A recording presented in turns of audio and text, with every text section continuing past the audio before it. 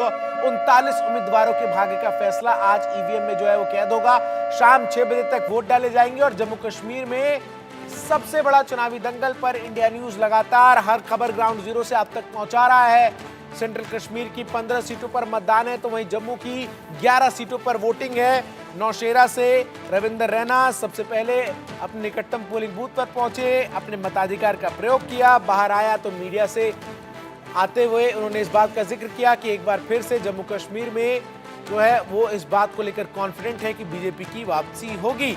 और जिस तरीके से तमाम जो हाई प्रोफाइल सीटों की अगर मैं इस चरण में बात करूं तो गांदरबल की वो सीट जहां से उमर अब्दुल्ला चुनावी मैदान में ताल ठोकते हुए नजर आ रहे हैं, वहां पर भी हमारे सहयोगी लगातार तमाम तस्वीरें पहुंचा रहे थे। बड़ी संख्या में किस तरीके से तमाम जो मतदाता हैं वो पोलिंग बूथ्स पर पहुंचकर अपने तमाम मुद्दों को लेकर मीडिया से मुखातिब होते हुए नजर आए। तो क्लैरिटी नजर आई जिसमें एम्प्लॉयमेंट को लेकर वो बात करते हुए नजर आए, विकास की बात करते हुए नजर आए, सुरक्षा की बात करते हुए नजर आए और ये अहम फैक्टर्स है। लेकिन इस बार चूंकि कई ऐसे प्लेयर्स हैं जो कि निर्दलीय चुनावी मैदान में ताल ठोकते हुए नजर आ रहे हैं, वो एक डिसाइसिव फैक्टर होंगे। साथ ही साथ अल्ताफ बुखारी की पार्टी हो या फिर राशिद इंजीनियर की पार्टी हो, ये जो तमाम छोटे छोटे राजनीतिक दल हैं ये एक अहम रोल प्ले करने वाले हैं। हमने देखा लोकसभा चुनाव में किस तरीके से जेल में सजा काट रहे राशिद इंजीनियर ने बारामूला की लोकसभा सीट के चुनाव में नामांकन दाखिल किया। उमर अब्दुल्ला वहां से चुनाव लड़ रहे थे और उमर अब्दुल्ला को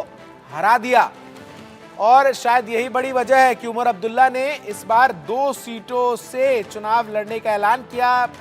गांदरबल और दूसरी सेंट्रल कश्मीर की सीट से जो है वो चुनाव लड़ते हुए नजर आ रहे हैं।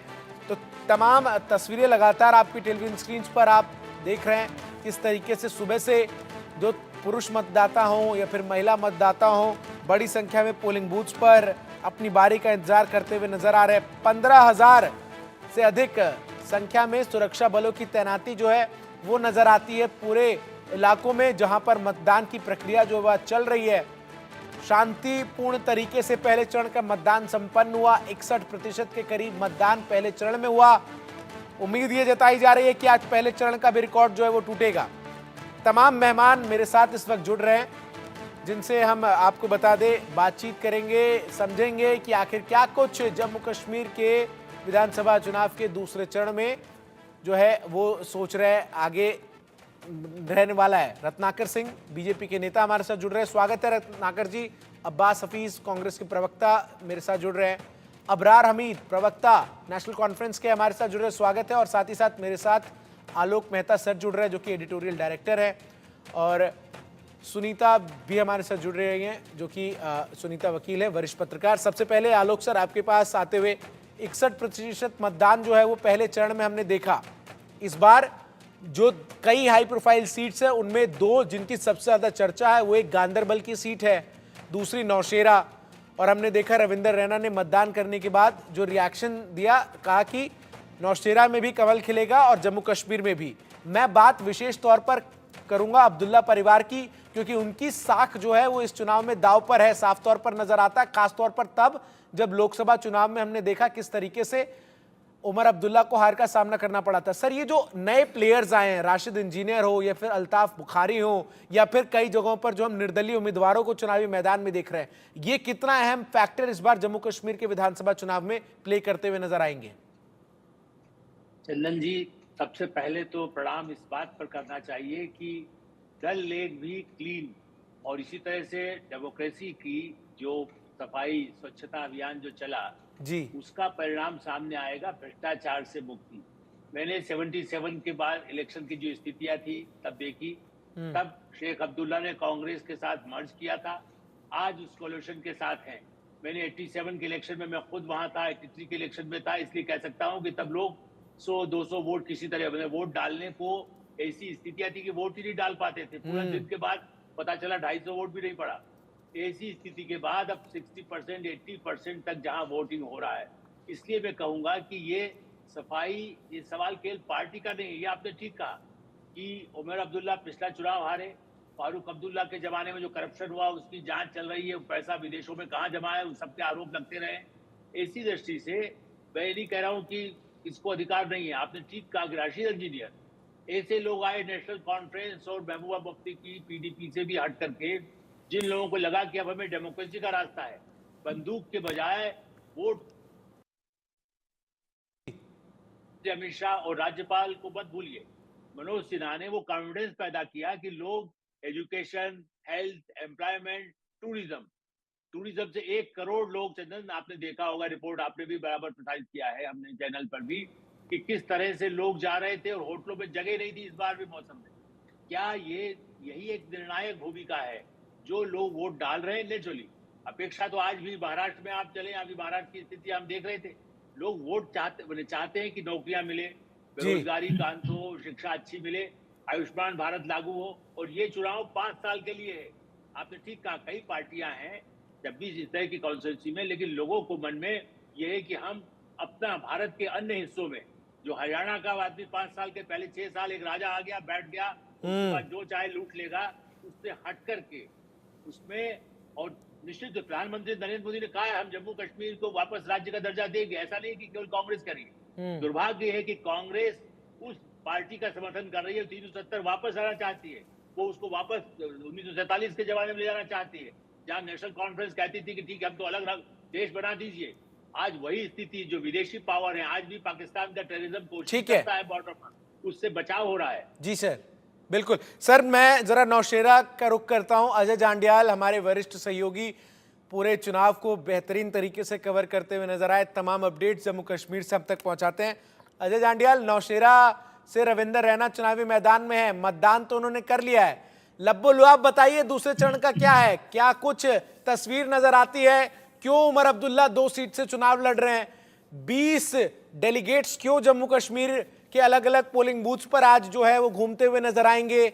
और साथ ही साथ ये भी बताइए कि अब्दुल्ला परिवार की जो सियासत है उसमें जो नए प्लेयर्स हैं, अल्ताफ बुखारी, राशिद इंजीनियर, इनकी पार्टी किस तरीके से इस बार जो है इंपॉर्टेंट रोल या खेल करती हुई नजर आ सकती है?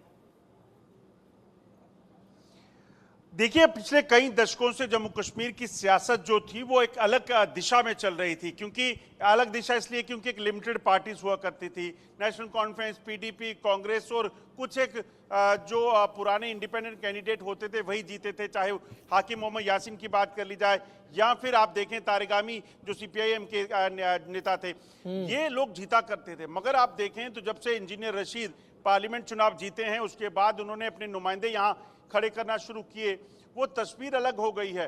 अल्ताफ बुखारी ने पीडीपी छोड़ी और कई विधायक, जो पूर्व विधायक, पूर्व मंत्री जो है उनके साथ चले गए, उसने तस्वीर बदल दी।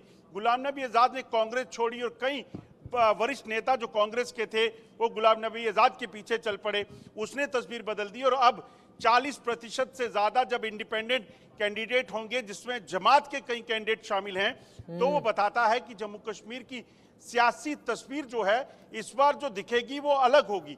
सरकार कौन बनाएगा ये बड़ा मुद्दा है, क्योंकि जब शुरुआत हुई थी तो कहा जा रहा था कि नेशनल कॉन्फ्रेंस की वेव एक कश्मीर में दिखेगी, मगर जब इंजीनियर रशीद ने अपने नेताओं को उतारा, अपने कैंडिडेट को उतारा, जमात के लोग सामने आए, तो उसके बाद उमर अब्दुल्ला हो, पीडीपी हो, सब अपने आप में कहीं ना कहीं थोड़े कॉशियस होते दिखे। तो ये बताता है कि चीजें इतनी अहम हो जाएंगी या इतनी आसान जो है वो राजनीतिक दलों के लिए रहने नहीं वाली हैं।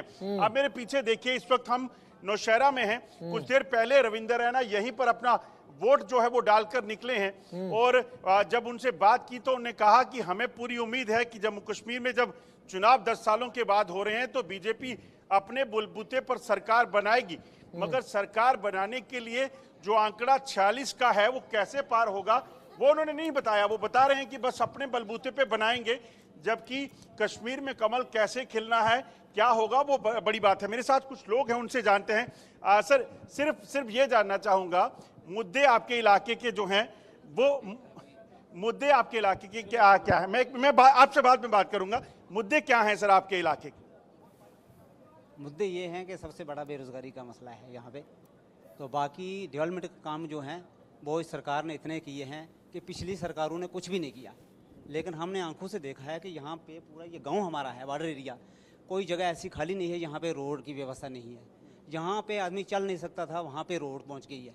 तो इसलिए एक बात है, हम उम्मीदवार को देख करके वोट देंगे, पार्टी को देख करके नहीं देंगे। जो उम्मीदवार काम करेगा उसके लिए हम खुश हैं। बताइए, बिल्कुल पूरी पब्लिक उसके ये लिए है खुश है। जागरूक मतदाता। स्कूल में जहां बिल्कुल वोटिंग हो अजय, रही- मेरे साथ तमाम मेहमान भी बने जी। हुए हैं, मैं उनका रुख करूंगा। ये जागरूक मतदाता नजर आ रहा है। एक छोटा सा सवाल का जवाब और दे दीजिए। 20 डेलीगेट्स भी आज जो है वो जम्मू कश्मीर के अलग अलग पोलिंग बूथ पर जाते हुए नजर आएंगे, कारण क्या है ये बता दीजिए दर्शकों को। देखिए, मुझे लगता है कि जिस तरीके से आप पुराना दौर देखें, जब रिगिंग हुआ करती थी, जब वोट जो है वो कहीं ना कहीं बंद कमरों में डला करते थे, तो उन चीज़ों का मुझे लगता है कि कोई ऐसा दौर वापस ना आ जाए। उन चीज़ों को सुनिश्चित करने के लिए शायद डेलीगेट्स और इलेक्शन कमीशन ज़्यादा सतर्क है और इसीलिए तमाम कोशिशें की जाएंगी और ये डेलीगेट जो हैं ना सिर्फ कश्मीर बल्कि जम्मू के इलाकों में भी घूमेंगे। तो मकसद मुझे लगता है ठीक साफ है। है कि किसी भी तरीके से वोटिंग हो। ठीक है, रत्नाकर सिंह बीजेपी के नेता हमारे साथ बने हुए हैं। अजय जांडियाल जब जवाब दे रहे थे तो उन्होंने, रत्नाकर जी, एक बात का जिक्र किया कि रविंदर रैना ये तो कह रहे हैं कि बीजेपी की सरकार बनेगी जम्मू कश्मीर में,